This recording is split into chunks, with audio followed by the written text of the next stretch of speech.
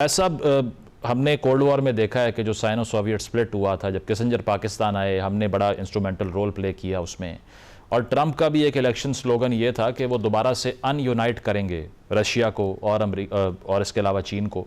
لیکن اس کے باوجود جو ابھی دورہ کیا ہے ولادیمیر پوٹن نے ان کے فوری بعد، اس میں تو کچھ اور دکھائی دے رہا ہے. آپ کو لگتا ہے کہ یہ خواب جو ہے وہ پورا ہوگا ڈونلڈ ٹرمپ کا، اور is he being pushed away from this nexus of China and Russia? یہ دیکھیے، بہت اچھا پوائنٹ آپ نے ریز کیا مزمل، اور اس میں کوئی شک نہیں ہے کہ جو آپٹکس آپ دیکھیں، اتنا بڑا شاندار دورہ یا وائٹ ہاؤس کے پرسپیکٹو سے ہوا ٹرمپ صاحب کا، لیکن آپ نے دیکھا کہ کوئی جوائنٹ اسٹیٹمنٹ، کوئی کمیونیکے یا کوئی ایک جوائنٹ پریسر ایسا کچھ نہیں ہوا. لیکن پیوٹن کے ساتھ باقاعدہ انہوں نے ایک جوائنٹ اسٹیٹمنٹ جاری کیا اور بہت اہم پوائنٹس بھی اس پر ریز کیے. شادیہ صاحب نے کچھ دو چار بہت اچھی باتیں کی ہیں. تو ایک تو یہ کہ میں وہ ان کو وکٹوریا نیولینڈ کا جو ہسبینڈ ہے کیگن، رابرٹ کیگن نام ہے ان کا، اور انہوں نے اٹلانٹک میں یہ آرٹیکل لکھا تھا. اچھا، اس کے علاوہ جو چونکہ شازیہ صاحبہ چونکہ گراؤنڈ پر ہیں، اس لیے شاید بہتر جانتی ہیں، ان کا تجزیہ زیادہ قرین قیاس ہوگا. لیکن میرے لیے تو یہ خبر ہے، اور actually it will be a news, کہ اگر محسن نقوی اس وقت ثالثی نہیں بلکہ باہمی تعلقات کی بنیاد پر وہاں گئے، تو اس کا مطلب یہ ہوا کہ پاکستان کا کیا ثالثی کا جو رول ہے وہ آلموسٹ ختم ہو گیا ہے. اب وہ صرف یہ سینس کرنے جا رہے ہیں کہ کیا ری ایکشن ہوگا ایران کا، تاکہ ہم اپنے آپ کو ایک صحیح طور پر پریپیئر کر سکیں. تو یہ خیر ان کی ڈیفینیٹلی ریڈنگ ہے، لیکن میرا تجزیہ تھوڑا سا ڈفرینٹ ہے. میں سمجھتا ہوں کہ آپ کے جو سوال کا حصہ تھا تھریٹ، کہ اس وقت جو واقعی ایک تھریٹ امیوننٹ ہے، اور اسی کی ارجنسی، اور وہی جو ایک سینس آف ارجنسی جیسا میں نے اس سے پہلے عرض کیا تھا، اس کے تحت وزیر داخلہ صاحب نے، اور آپ کو دیکھیے وزیر داخلہ کا انتخاب کیا ہے، تو اس کا مطلب یہ بھی ہوا کہ فیلڈ مارشل صاحب بذات خود براہ راست اس میں انوالوڈ ہیں، انگیجڈ ہیں. اور ہم یہ بھی جانتے ہیں کہ فیلڈ مارشل صاحب یا جو چیف آف ڈیفنس فورسز، ان کی ڈائریکٹ اس وقت جو کمیونیکیشن لائن ہے اسٹیبلش ہوئی وہ وائس پریزیڈنٹ کے ساتھ ہے، اور وائس پریزیڈنٹ کی کل جو پریس کانفرنس ہے. تو یہ ساری اگر آپ چیزیں ملائیں تو میں سمجھتا ہوں کہ ثالثی ابھی بھی جاری ہے پاکستان کی، اور یہ جو دورہ ہے وہ اسی کے تحت کیا گیا ہے. اچھا، اب آپ کے جو سوال کی طرف آتے ہیں دوبارہ، کہ کیا چین اور جو رشیا کو اور یہ بھی ایڈ دور کر لیں کرنے کہ کی جو اگر پرانی، دوبارہ جی اوفینسو فرمائیے. ہوتا ہے تو چائنا اور رشیا کا اس بار رسپانس کچھ ڈیفرنٹ ہو سکتا ہے، اور they would just wait on the sidelines جس طرح پچھلی مرتبہ ہوا؟ دیکھیے، ہسٹری ہم کو یہ بتاتی ہے کہ چائنا کبھی اس ایران کے لیے یا کسی اور ملک کے لیے اس جنگ میں نہیں کودے گا، ہرگز نہیں کودے گا. بلکہ وہ اس جنگ کو، اس حملے کو، مزید جو حملے اگر ہوئے تو اس کو وہ ایک پریسیڈنٹ کے طور پہ استعمال کریں گے تائیوان کے معاملے پہ. اور آپ کی یہ جو صدر شی نے جو تائیوان کے بارے میں جو کھلی دھمکی جو دی تھی، بالکل لاگ لپیٹ رکھے بغیر، تو میں یہ سمجھتا ہوں کہ وہ یقیناً اپنا جو ان کے اپنے انٹرسٹ ہیں انرجی سپلائیز وغیرہ کے، اس کو کسی اور طرح سے ضرور پروٹیکٹ کریں گے. لیکن ایران کے معاملے پر چائنا کی براہ راست کنفرنٹیشن کا مجھے بالکل کوئی امید نہیں ہے. اور یہی حال رشیا کا ہے، کہ رشیا چونکہ یوکرین میں خود اتنا، اب دیکھیے 4 سال سے زیادہ ہو چلے ہیں، وہ مسلسل جنگ کی حالت میں ہیں اور فتح حاصل نہیں کر پائے ہیں، اور خود ان کی اپنے لیے ایک مثال انہوں نے قائم کر دی ہے، ایک طرح سے جسٹیفیکیشن سمجھ لیجئے، کہ وہ بھی اب جسٹیفائیڈ ہیں یوکرین پر حملے کے، کیونکہ ایران پر آپ نے ایک 9,000 میل دور جا کر حملہ کیا ہے. تو بہرحال یہ اب جو سوال کا جو آپ کا دوسرا حصہ تھا کہ کیا رشیا اور چائنا الگ ہوئے ہیں، میں نہیں سمجھتا کہ وہ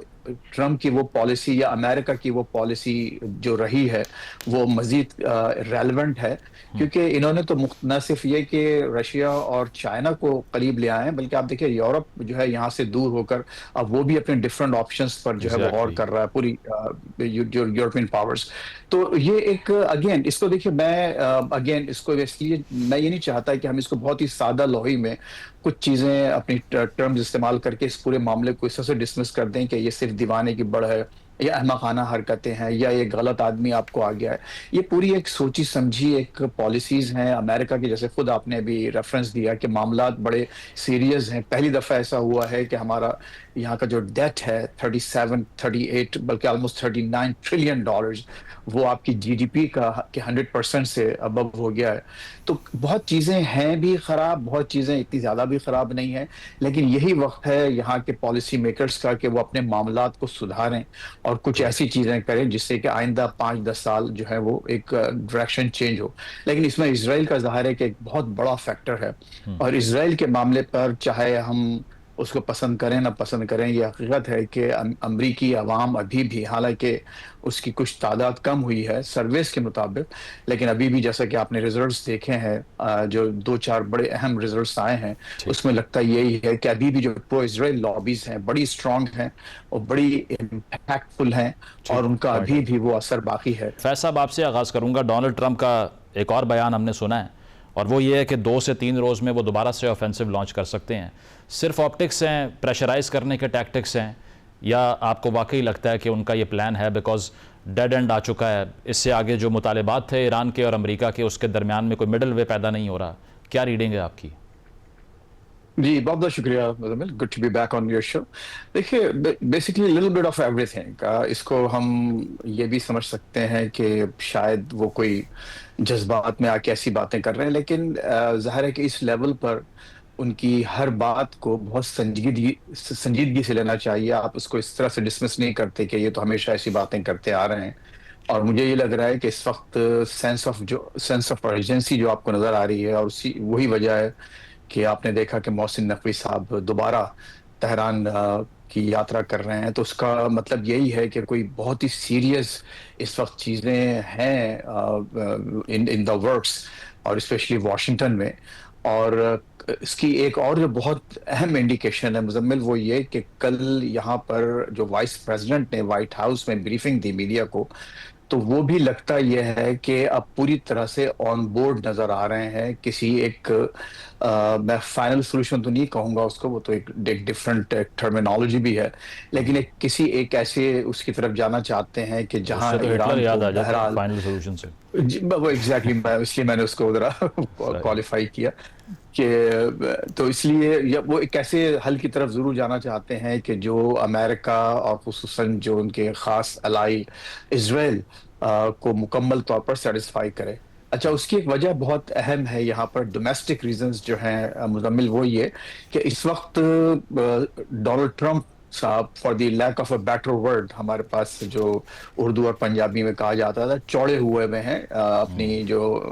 داخلی معاملات ہیں, ان کو پے تروے کافی فتوحات ہوئی ہیں انتخابات میں, ان کے جو الائز ہیں وہ جیتے ہیں, اور خود اکانومی بھی اتنی بری نہیں ہے جتنی کہ وہ اور جتنی دوسرے بہت سے جو اینالسٹ جو توقع کر رہے تھے. تو لگتا یہی ہے کہ کوئی معاملات بہت تیزی سے آگے بڑھ رہے ہیں, اور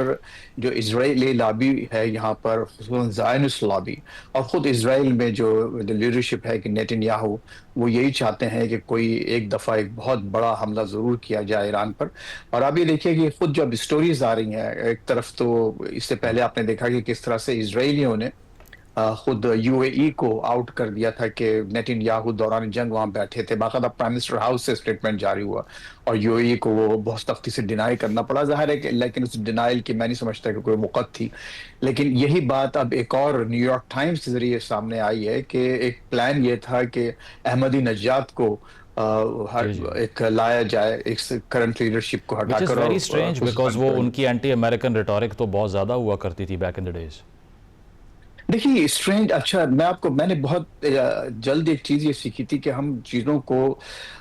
ظاہر ہے کہ یہ ہے ہماری فگر آف اسپیچ, لیکن کچھ لگتا یہی ہے کہ جو مقاصد ہیں اس وقت کے زائنسٹ لابی کے, خصوصاً اسرائیل کے, وہ یہ نہیں چاہتے کہ کوئی اسٹیبل کوئی ٹرانزیشن ہو وہاں, یا ان کے کوئی اپنے بہت زیادہ چاہنے والے وہاں ہیں. اصل جو مقصد ہے اس ایران میں خصوصاً اور پورے اس خطے میں خلفشار اور انتشار بپا رکھنا,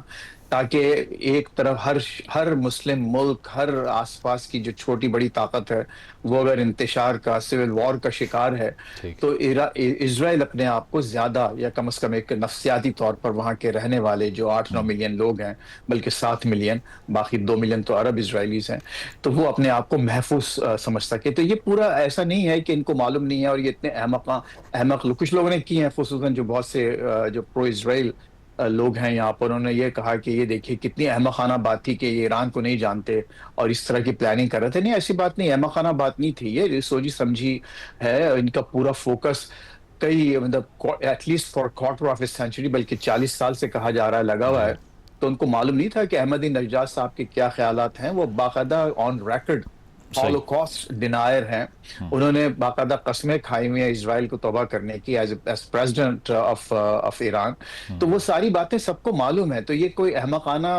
وہ کوئی بالکل اقدام نہیں تھا ان کا کہ یہ ایک پلان کر دیا جائے کہ احمد، وہ واضح طور پر ایک سوچی سمجھی ایک سازش ہی کہیے اس کو. اور یہ کم از کم ٹھیک ٹرمپ صاحب کو اس طرح سے کنونس کرنا، وہ جو 90 منٹ کی جو مشہور، جس سے میں نے اس سے پہلے بھی آپ کے پروگرام پہ غالباً ذکر کیا تھا، جو نیتن یاہو کی وائٹ ہاؤس کے سچویشن روم میں جو ایک بریفنگ تھی، تو ظاہر ہے کہ یہ بھی اس کا ایک حصہ رہا ہوگا. تو ٹرمپ صاحب کو اس طرح سے کنونس کرنا کہ ہمارے لیے بہت آسان یہ راستہ ہے، ہم فوری طور پر علی خامنہ ای صاحب کو شہید کر کے ان کو راستے سے ہٹا کر احمد نژاد کو لا سکتے ہیں اور وہ صحیح ایکسیپٹیبل ہوں گے اور ہم ان کے ساتھ we can work. Whether we can work with ہم or not, that's a separate issue. لیکن ایٹ لیسٹ یہ ہوگا کہ وہاں پر سول وار شروع ہو جائے گی اور اس طرح سے ہمارے مقاصد حاصل ویسے ہوں گے.